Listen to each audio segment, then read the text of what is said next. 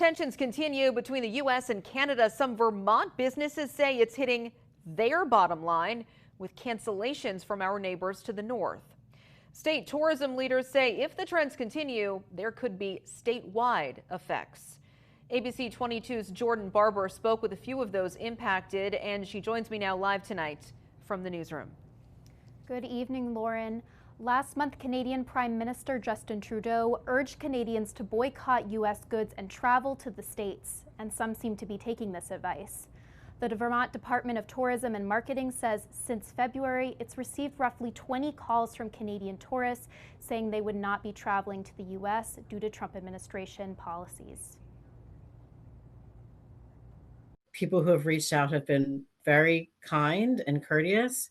They've just shared with us that they don't feel like they can support the United States right now. Heather Pelham, the state's commissioner of tourism and marketing, says Canadians make up about 5% of Vermont's overall visitors, contributing roughly $150 million to the state's economy. That percentage, when broken down, she tells me, makes up as much as 30% of tourism for northern parts of the state.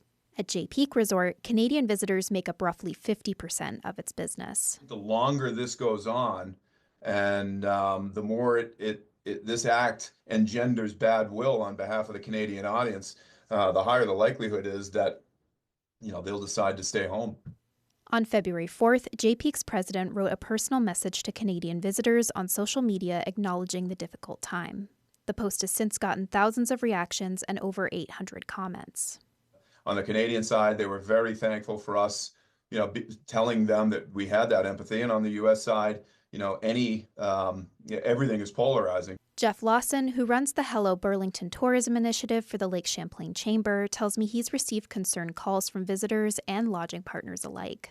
February was the first month in a while, he says, where Quebec did not appear in the top 10% of visitors on their website. I think my message to prospective visitors from Canada is kind of twofold. First and foremost, is that we understand.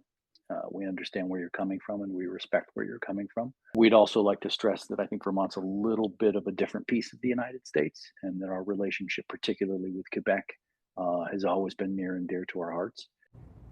Some tariffs have been paused by the Trump administration again until April 2nd, but it remains to be seen how those across the border will react to the changes on Capitol Hill. Pelham and Lawson say whatever decision visitors make, Vermont will continue to welcome them with open arms.